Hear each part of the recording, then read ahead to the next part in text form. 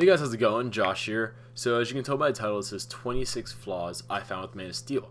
So I decided this might be a cool thing to start doing with, superhero movies and just movies in general. Because if all goes right, we can move this to the reviews channel.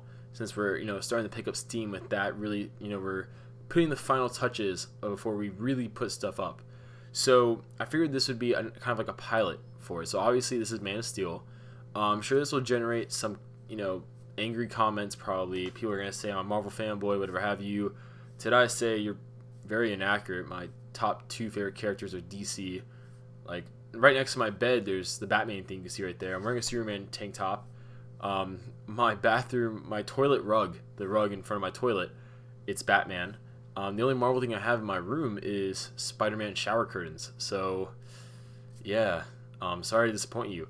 Anyways, I looked at this film from a critiquing standpoint. I looked at the film. I watched it twice, which, by the way, I don't recommend doing that because it's just really long. I'm really tired. It's hard enough after classes, but then you watch the movie twice. So, I looked for things, not nitpicky things. Nitpicky things I consider would be nitpicking at the type of alien culture Krypton has, or nitpicking at the fact that you could say, how do I put this? Nitpicking at, I guess you could say, it would be like, I guess, the product placement, for IHOP and all that stuff, like 7-Eleven, things like that, Sears. That'd be kind of nitpicking if you complain about every one of those things. So this is not cinema sins by any means. I'm going to bring up 26 legitimate things I found wrong. Now, before that, I just want to address a few things. First and foremost, I really did enjoy the whole choice versus destiny kind of thing, that kind of predetermination. I really enjoyed that philosophical theme throughout this movie. I thought it was pretty well done. Also, I really did enjoy Zod. Zod was a great villain in my opinion. I totally, I didn't sympathize with him, but I related with his cause. And there's a big difference in the two. Sympathizing would be like, I feel sorry for him, whatever have you. Relating to his cause would be like, I understand why he's doing it. I don't agree with it, but I understand why he's doing it. Also, Superman does save people. A big complaint with this movie is Superman doesn't save anyone. But after watching it again twice, I picked up, example, the Smallville scene. There's a pilot, and he's falling out of his jet. Superman sees that and immediately goes to save him. I will address certain other issues that Superman has in regards to saving things in a bit. Another issue I had, another thing I want to talk about this movie is the color. The color is very famously known for how it's kind of muted, and people have to turn up the contrast sometimes to really see like the yellows and the reds on the Superman symbol, and even the blue instead of it just being a really dark navy color. So I really hope in Batman v Superman they kind of fix that coloring thing. Color is fine, especially when your character has a costume with that color. It's to be shown. And also hope. This Superman, he's a very optimistic character, he's a very hopeful character, and this film, while it did address hope, and it kept bringing up hope, in the beginning had a lot to do with hope, by the time you got to the end of the movie, you didn't really have that feeling of hope. This movie really lost itself in regards to that, I felt. And honestly, this movie was a little bit everywhere, kind of. It didn't really have a lot of focus. Like, it had focus in the beginning, the very beginning it had focus, and when Zod comes, the Zod stuff had focus, basically, that's what I'm getting at. Everything that did not have to do with Zod in this movie lost focus, and I'll get to it. So this video will undoubtedly probably be in the 20-minute range, just due to the fact that I have 26 flaws that I found with this movie. So, stay tuned for it. I'm sure there's going to be a lot of dislikes, angry comments, like I mentioned before, but, watch the whole video, stay the whole video, because I do believe that I address good points. And the next one I'll be doing, I don't know if I mentioned this already, in case I didn't, it's Avengers. So I'm sure I'll find a lot of flaws with Avengers too. So, and also just get out of the way. When I first reviewed this movie, it was right after I saw it, I gave it a 9 out of 10. After watching it a few times, having let it soak in from previous viewings, it gets a 6 out of 10 in my opinion. And let's get into these flaws. So, my first flaw is that the Kryptonian race doesn't want to survive, even though they have the means to. So when Jor-El in the beginning of the film, one of the first things he says to the council is Krypton's, it's going to explode. That's paraphrasing. They addressed before that Krypton has colonized other planets and they can go to these said planets. Yet the council doesn't seem to express any interest in it whatsoever, which makes no sense because in a scenario where your entire race civilization is going extinct, the logical thing to do would be wanting to preserve it instead of just farting around and dying. So that didn't make any sense whatsoever, especially when they addressed the fact that they can escape. Like if they didn't address that fact, that'd be different. If they were like, "Oh, our planet's exploding," and they tried preventing that instead of being like, "Hey, we can escape," and then not escaping. Like that's two different things here, and they kind of shot themselves in the foot here by doing that because watching it again, I'm just like, yeah, why don't they just escape? They could have solved a lot of their problems right there. Number 2, Jor-El beats multiple soldiers in close range hand-to-hand combat. So this wouldn't bother me necessarily. It's Russell Crowe. It wouldn't bother me initially until later they mentioned the fact that, like Zod, for example, he was born, trained his whole life, basically brought up to be a soldier, to be a warrior. That was his sole purpose. And the same thing with Jor-El, but in regards to science. He was Krypton's foremost scientist. He was born, presumably raised, trained in the sciences just for science, just to be a scientist. So the fact that the scientist is beating up these, warriors so easily, so effortlessly, it's a bit kind of like a WTF kind of moment. You're like, what? And it got to the point where my roommate who was watching it with me thought that Jor-El was a warrior and not a scientist. That's just how ridiculous it was. And it's Russell Crowe, so I understand them doing that, but at the same time, if you're gonna establish this whole born and raised for the sole purpose thing, stick with it.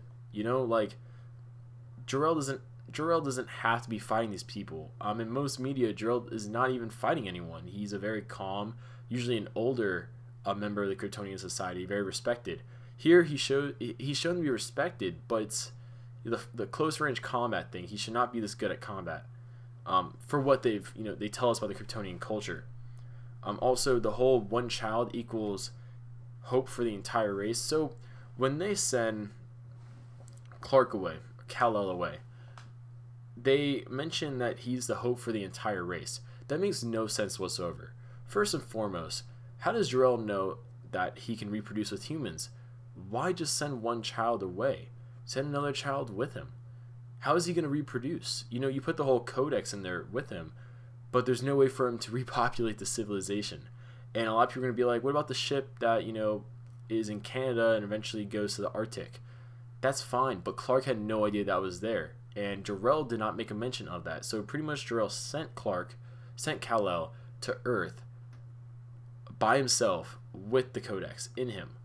And technically Kal-El had no... here we have no way to believe he could reproduce with other, aliens, other, races. So it's pretty much you're already dooming your race, but you're just prolonging it until Kal-El dies. Essentially, that's what they're doing, which doesn't make much sense, which is why I put it down here as a flaw. Pa Kent does not express any value for life.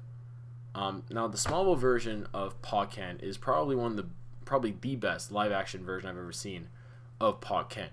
You can look up tribute videos to him where they put like the best of Pa Kent from Smallville. John Snyder's interpretation, fantastic. The reason why I say this is because Pa Kent comes across as they definitely go the realistic kind of thing. My only problem is that in regards to being realistic, sometimes people confuse being realistic with being negative and pessimistic. They think the way to see things in a realistic point of view is to see the negative and not the positive, where a lot of times people are the other way around. So honestly, when Pa Kent's saying, maybe Clark should have let those people die, that's not Pa Kent. That's not his character. His character, a big part of it in the comics was always that he taught Clark another way. He taught Clark to be a better person. He ingrained those morals of being, helping others, things like that. He ingrained those in Clark, not Jor-El. Jor-El was pretty much a sperm donor for the most part. Jonathan Kent was the one who, made him the man he is. So to see Pa Kent be like this, while it's understandable he wants to protect his son, having read the character before, it really throws you off. Just like a few other interpretations of characters in this film. It really throws you off because honestly, you're like, should you be telling Clark that helping people is the right thing to do? Like, sure, he should be more careful with how he does it, but never should we have a moment where Pa Kent tells Clark that maybe he should have let people die, because Pa Kent, out of everybody else, is supposed to be the one that imparts with him that whole all life matters kind of, value, so to speak. So that really threw me off when Pa Kent said that. I know it threw a lot of other people off too. Also later on, by the way, this movie has a lot of flashbacks, and it cuts back to the present day. It would have been really helpful if they, maybe organized it a bit better, had something that said it was a flashback, things like that. The only reason I say this is because I watched it with my roommate and two of my friends. And one of my friends, PJ, got so confused watching this movie at first because he couldn't tell sometimes when it was a flashback, when it wasn't, just due to how it was filmed. And, that didn't bother me at first, but I just, I thought to myself, maybe other people had that issue. So I hope if they do more flashbacks, which undoubtedly they might do, for Batman v Superman, and just other movies in general, please do a good job organizing your flashbacks. So it's noticeable, it's a flashback, and it's not one of those things where you kind of catch on later, so to speak. Now, after showing tolerance and patience, this is in regards to the bar scene, Clark, destroys the dude's truck. This didn't make much sense to me, because why is he showing all this patience and tolerance? And, he's being indoctrinated with this thought of, I can't show my abilities in public. He, like I said before, he's patient, he's tolerant. The guy's, technically assaulting him, things like that. And then Clark destroys his truck in such a dramatic manner. It's unnecessary. Honestly, it's really unnecessary. And it just made Clark kind of seem like the lesser person. Instead of being the bigger person, which he's supposed to be, he kind of came off as not petty at all. But, I mean, he didn't turn the other cheek appropriately. He gave in to being kind of, he gave into his emotions in a very immature way, I guess appropriate, but it was just in such a way it kind of defied everything that he was, taught to, believe in the form of not showing your abilities. And if he did show his abilities, I'm pretty sure it wasn't to be shown in such a dramatic way, where I'm sure stuff like that would get a lot of attention, thus kind of canceling out the purpose of Pa Kent dying, which I will address later. So Clark mysteriously getting multiple jobs and then eventually getting a job working at a government base. This did not bother me my first time viewing Man of Steel, but later on it kind of threw me off, because I realized, usually when you apply for a job, you have to do a social security number, sometimes a background check, things like that. That kind of takes weeks sometimes. And he was just seemingly getting jobs, back and forth. Now, they don't really tell us how long he worked certain places besides the bar job where, the lady says a few months. But then he seemingly gets this job at, he seemingly instantly gets a job at this military base. A top secret military base, I must add, that not even like Pulitzer Prize winning journalist Lois Lane was able to get to initially. That makes no sense by any means. That's not even being nitpicky. The fact, government facilities are one of the hardest places to get into, civilian or not civilian, and you have to have a certain clearance sometimes to get into certain facilities, especially a facility that potentially has an alien spacecraft. So the fact that Clark's just able to get there unnoticed, working there, that was just kind of like a how moment, that's something that they should have explained. You don't have to explain why he's working on a fisher boat. You don't have to explain why he's working in a bar. But working a place like that kind of deserves an explanation. And for them to not give one, and he's just nonchalantly working there, that just kind of, especially so quickly after the bar thing, that really threw me off, at least. Also, there's no explanation about how Clark knew about the Kryptonian ship being there at all. He's just there. The ship happens to also be there. They don't do anything such as, he had a Kryptonian piece that led there or anything like that. He just happens to be there. It's just one of those moments. And it was one of those things where that borderlines on nitpicky, but there's no explanation for it. Thus, it's when you actually think about it, it's kind of like a how kind of moment. You know what I'm saying? Lois also following Clark around, sneaking around the base without being noticed, kind of threw me off too. Clark the same way, but when you'd think this military base is being monitored a lot. They'd have guards, things like that. Lois seems to be impervious to guards and monitoring of any means. She seems to have the ultimate hack of life in that regard.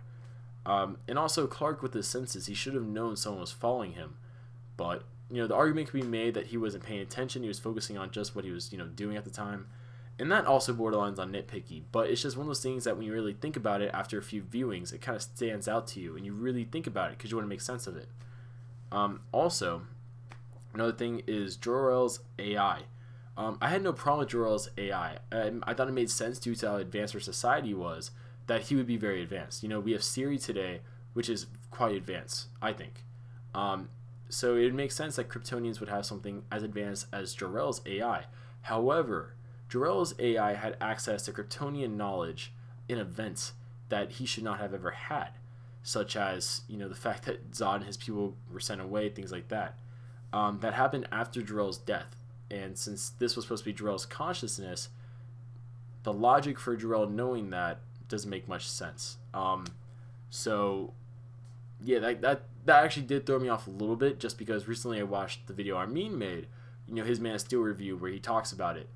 And I was like, yeah, he actually makes a pretty good point. Jor-El his AI should not have known about what happened to Zod and his people after Jor-El died, because presumably Jor-El would not be able to program more information into his database or into his AI programming post-death. So after that, there's no explaining on how Clark can fly. This did not bother me at all initially until, like I said before, I was watching with my roommate and my friends were asking, how does he fly? Now, I gave them a kind of comic book, science-y mumbo-jumbo explanation, but in the context of this film, I should say, they never explain it. They don't explain how he can fly. He just can fly. Now, maybe it's gravitational manipulation, because later on when Zod learns how to fly, his gauntlet kind of flies for a bit. But really, we don't know. All it would have taken is just like an offhand mention from Jor-El when he's giving that talk about, the atmosphere, the sun's rays, things like that, the planet's gravity, whatever have you. So that kind of, that's one of those things where after repeated viewings, when you start noticing other, certain things, you're just kind of like, how does he fly? Because they don't explain it whatsoever. And that's one of those things where, you kind of should explain it to some degree, just because of the fact that it's flight. And really, it's not one of those things like super strength or speed that can easily be dismissed explanation wise.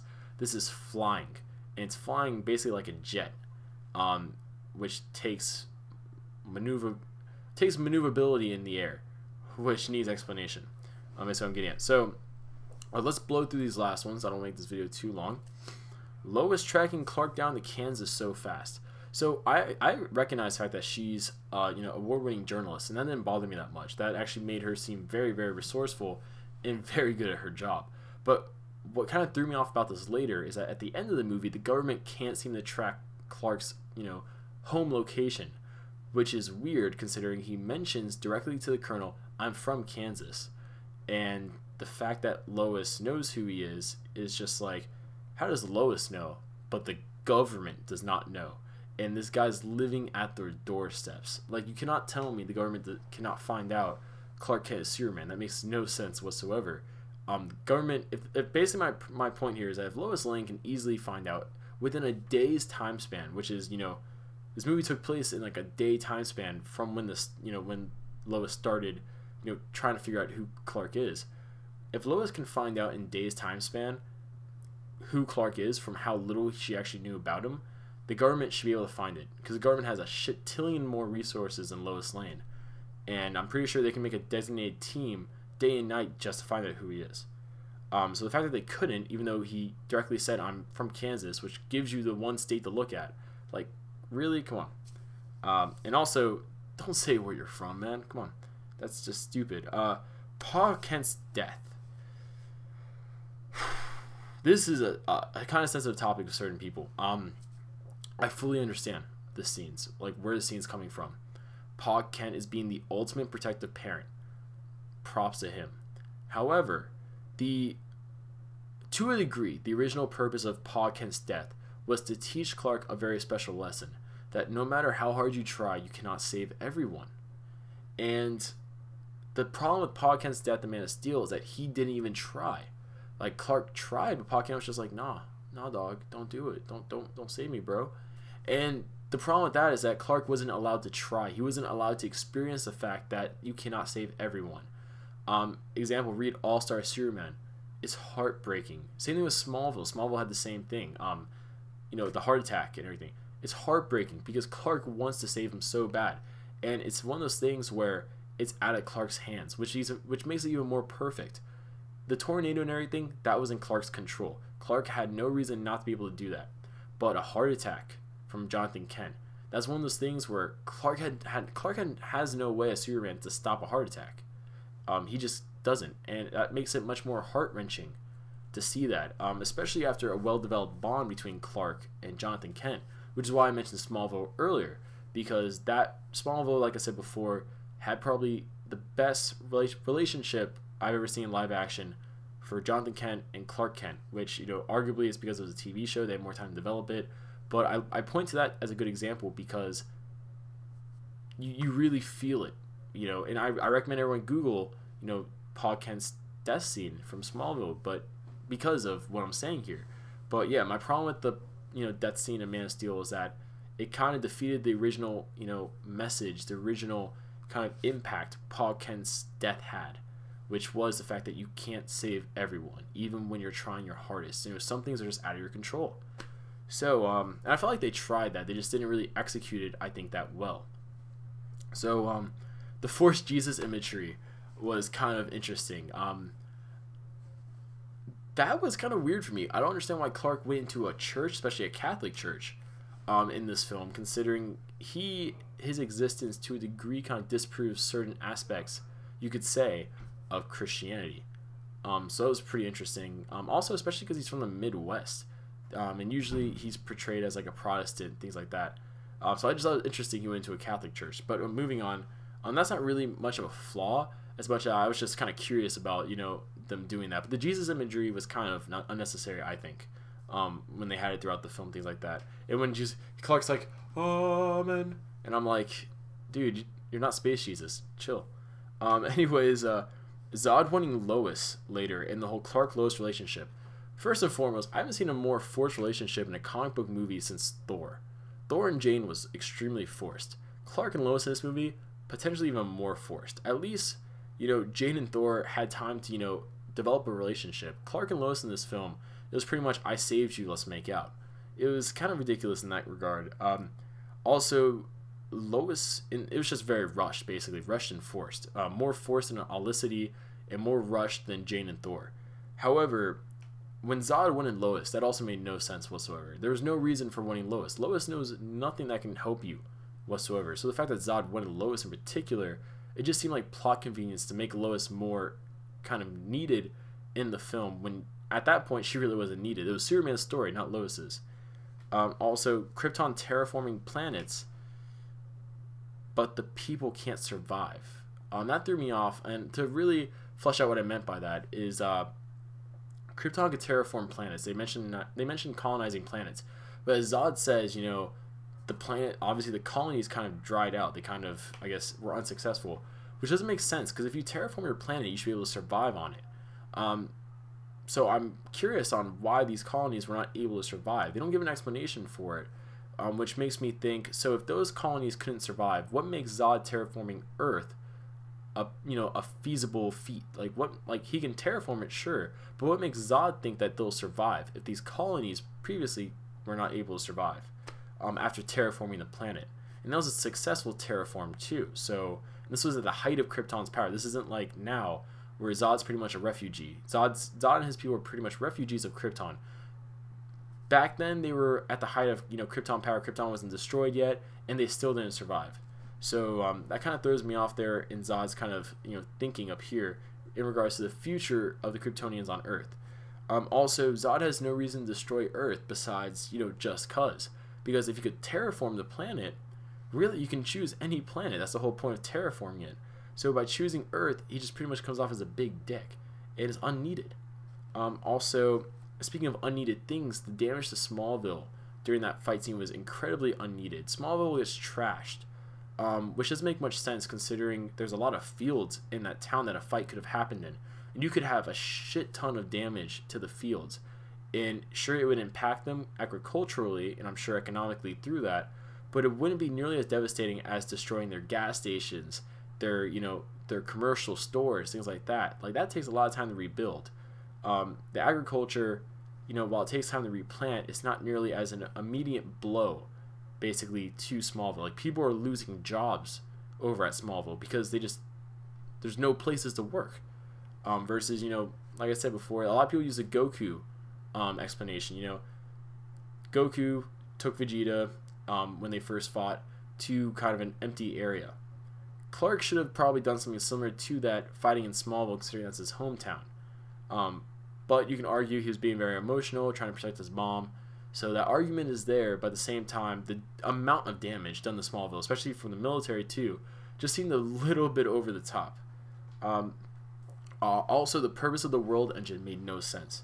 So the world engine is so they can terraform the planet so they can live in the planet. I get that. But when you find a planet like Earth that you can obviously survive in, it makes no sense to use a world engine to terraform the planet.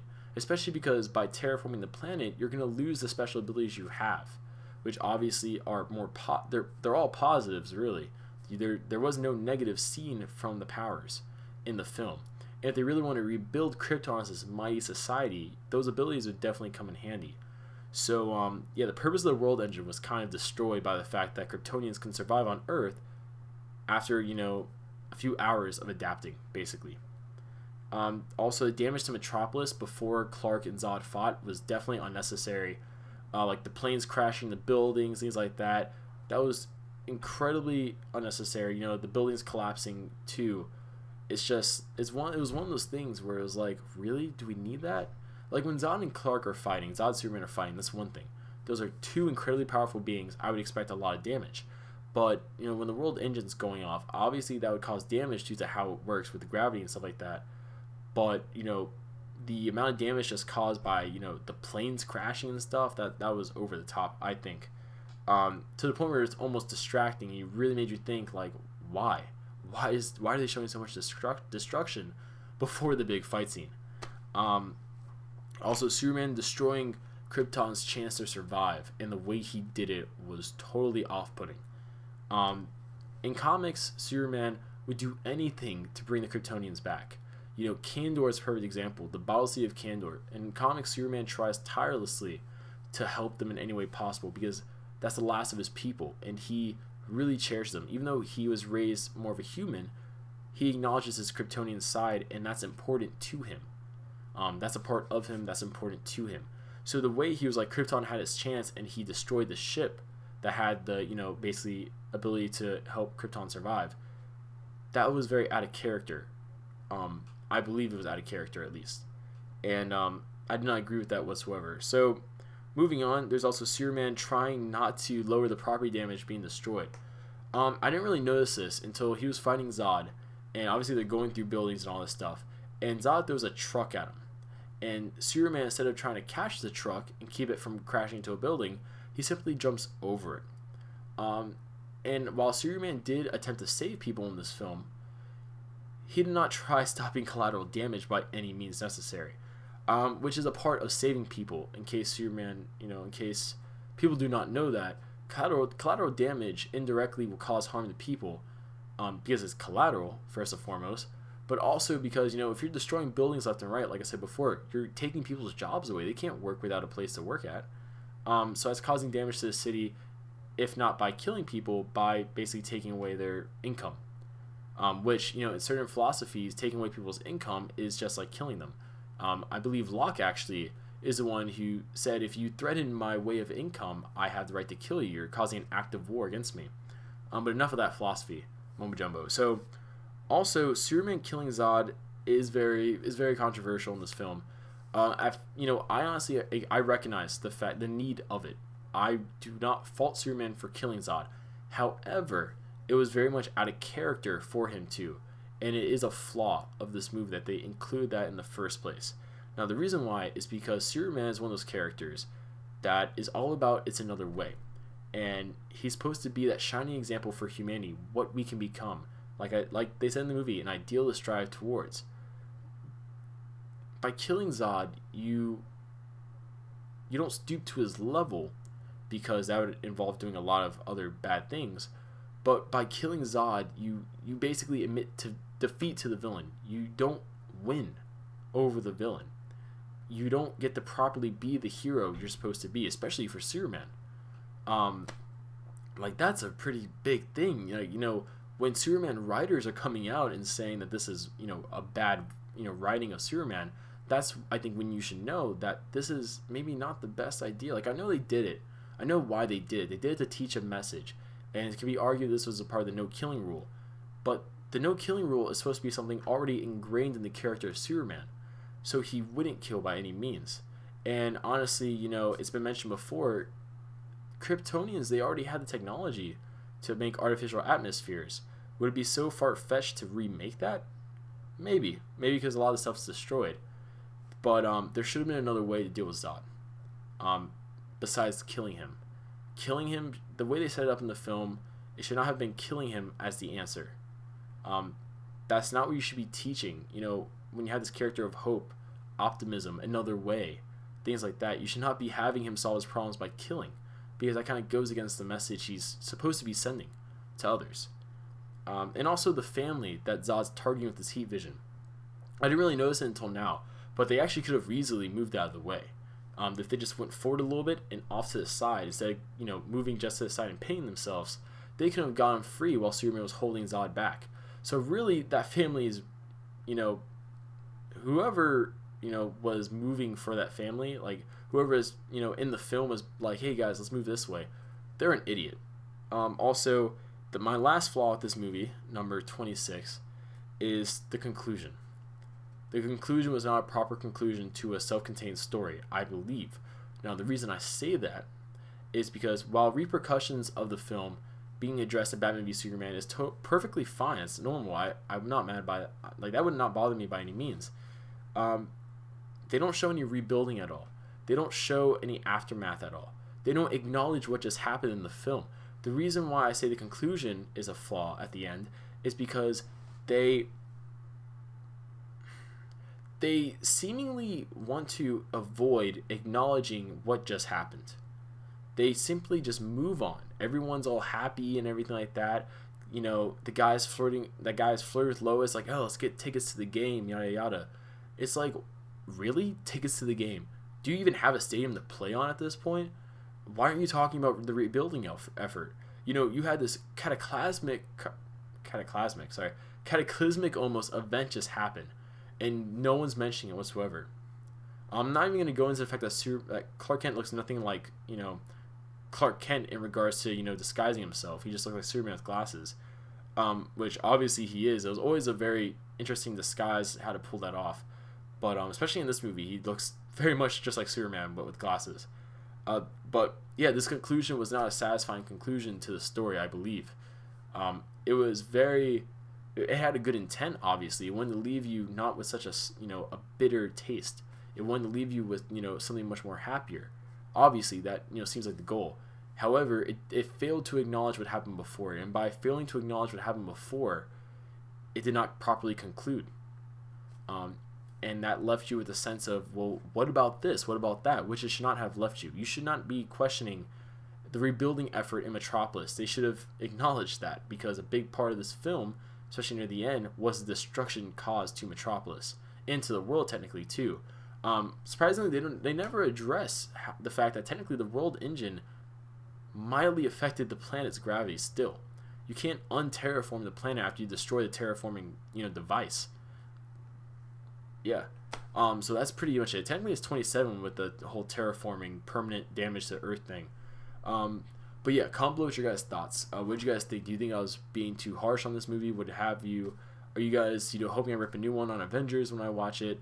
Let me know below, and I'll see you guys later.